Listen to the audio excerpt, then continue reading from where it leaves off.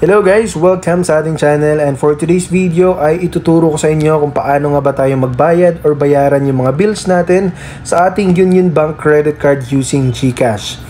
So first step, ang una mong gagawin ay syempre pumunta sa Play Store or App Store para i-update yung GCash application natin.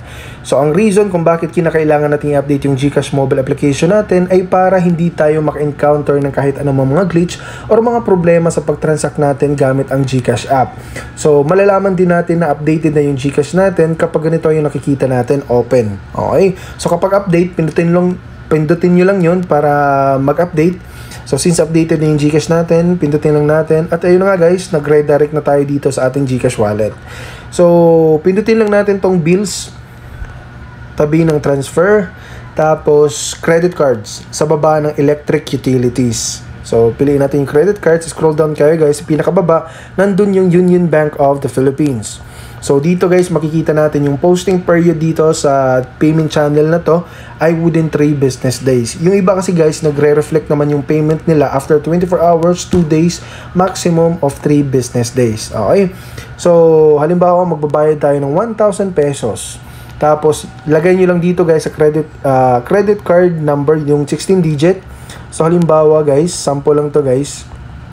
Tapos ito namang email na to, optional lang to, pero importante to guys. Ito as isa sa pinaka-importante.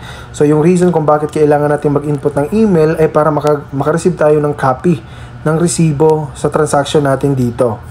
So ayun nga guys, kasi within 3 business days, kapag after 3 business days hindi pa rin nagpo-post yung payment natin, so that's the time na pwede natin i-contact yung Union Bank Customer Support online, no? Gamit yung details na nandun sa email natin na hindi pa nagpo-post yung payment natin. Dito naman guys, sa insurance, uncheck mo lang yan, no? Sa mga hindi pa nakakaalam, uncheck nyo lahat yan dahil hindi nyo rin yan magagamit na insurance na yan kasi may karagdagan na 9.20 pesos, oh. So hindi nyo rin yan magagamit, kaya uncheck nyo lang yan. Tapos kapag okay na kayo guys, pindutin lang natin tong next. Tapos pipili tayo ng payment source. So kapag tama na, pindutin natin yung next. At double check nyo guys yung credit card number nyo kapag okay na, tsaka yung payment.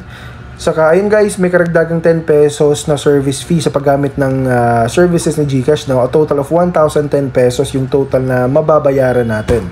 So kapag okay na kayo guys, pindutin nyo lang yung confirm dito sa taas at automatic na magiging successful na yung payment natin dito sa GCash. Okay, sa end ng GCash. At maghihintay na lang tayo within 1 day to 3 days bago mag-reflect yung payment natin doon sa Union Bank, no?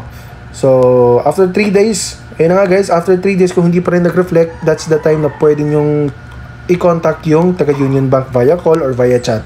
Okay? So ayun guys, kung may katanungan kayo, please make it sure na mag-comment down below para masagot natin yan.